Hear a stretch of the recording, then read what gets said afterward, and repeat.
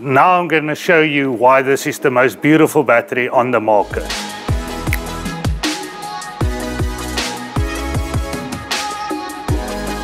Welcome everyone to our warehouse, where I will be showing you what's included with the Sungrow hybrid battery system.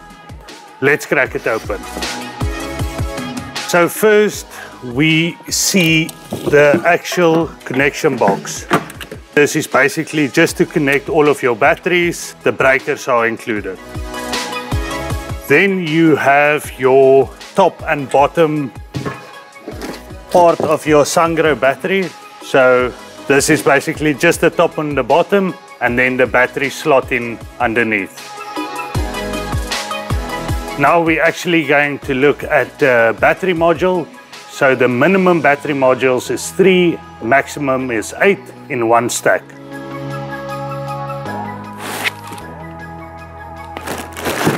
If you missed any of our videos, just check in the description below.